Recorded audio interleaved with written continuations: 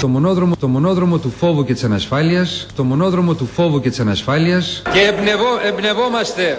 Όλα αυτά συνθέτουν το τοπίο όπου τα στελέχη τους λειτουργούν αρνήτες στους χαμηλοσυνταξιούχους. Δεν θα δεχθούμε νέα νίκη. Δεν θα δεχθούμε νέα νίκη. Δεν θα δεχθούμε νέα νίκη.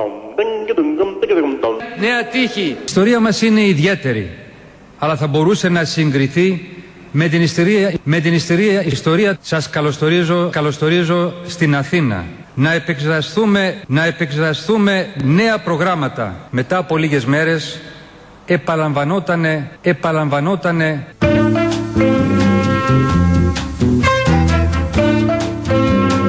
Mi compromiso es que el año 2010 habremos consolidado un gran sistema de protección social, la tranquilidad de saber que tendrán un trabajo decente, la tranquilidad de saber que sus hijos podrán estudiar y desarrollarse.